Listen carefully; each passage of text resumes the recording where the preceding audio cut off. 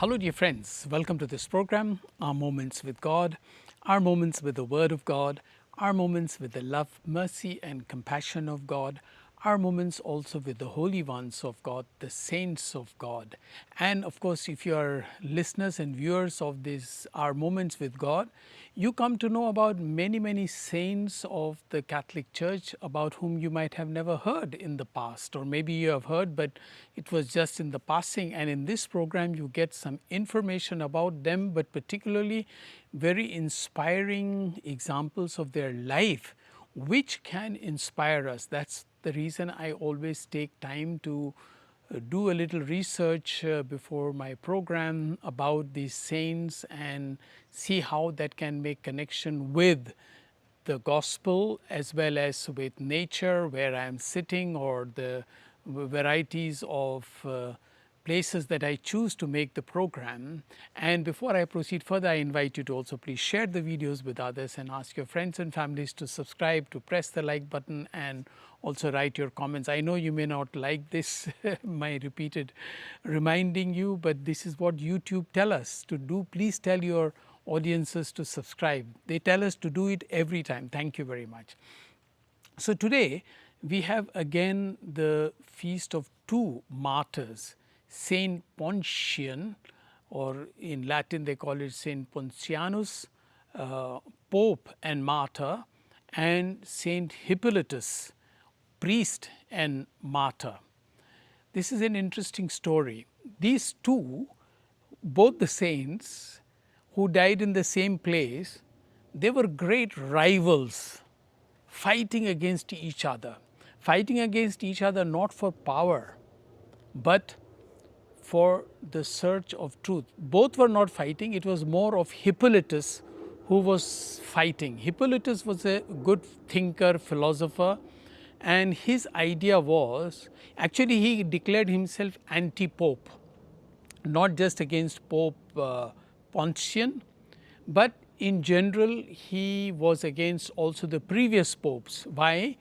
Because he said that the popes were being too lenient or too easy, too forgiving to many sinners who were serious sinners. Now, don't forget, this allegation was also made against Pope Francis, and some of them are making this also against Pope Leo. So, this is nothing new. If you remember, some cardinals, I don't want to mention their name here, but they were against the Pope, saying that Pope was allowing too much leniency in the church. He was allowing communion to be given to the people who were divorced and things like that.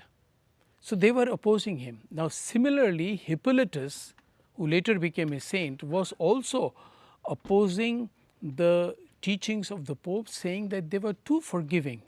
Now, imagine that, can that also be considered as a sin, that you are too forgiving, that you are too kind? But yes, that is what he thought. And he had, as I said, declared himself to be anti-pope. Whereas Pontian was just following the same teachings of the church, which the church follows even today. In confession, the church always wants to show its nicer side, or its loving side, love of the sinner, as Jesus did, because this is what Pope Francis was saying, because he had extracted that learning from the gospel itself. Remember when the woman who was caught in adultery came and the people wanted to stone her, what did Jesus do? Was she not a very serious adulterer? Was that not, that was a sin that had simply deserved death punishment, capital punishment. Stone the person and kill that person. That was the rule. What did Jesus do? Jesus forgave her, but by very indirectly putting the question to people, for among those who among you who has not sinned, pick up the first stone and stone at her. This is the mercy that Jesus talks about, the prodigal son. again has the same message. The prodigal son, after doing all kinds of nonsense and committing sin, comes back to the father. What does the father do? Does he send him back? Does he behave with him very strictly? Does he reject him? No, he embraces him, has a celebration that my son who was lost. Yeah, people who are sinners are sometimes lost. They need church's mercy, church's understanding, church's outreach, and that is what the church is doing. Anyway, that is the real thing. But unfortunately, both Pope Pontian and Hippolytus in 235, yes, in year 235, they were sent into exile into Sardinia in Italy, in the southern Italy, into stone mines, into mines to work there. Now you can see how hard these stones are, and when people work with these stones in their mines, this is very tough job. Now if it is this tough job that softened the heart of Hippolytus, what exactly brought about their reconciliation? The story is that Hippolytus finally reconciled with Pope Pontian. He probably, this hardness of the rocks that they were working in the mines, maybe that's softened them. And yes, sometimes our hard attitudes are only external.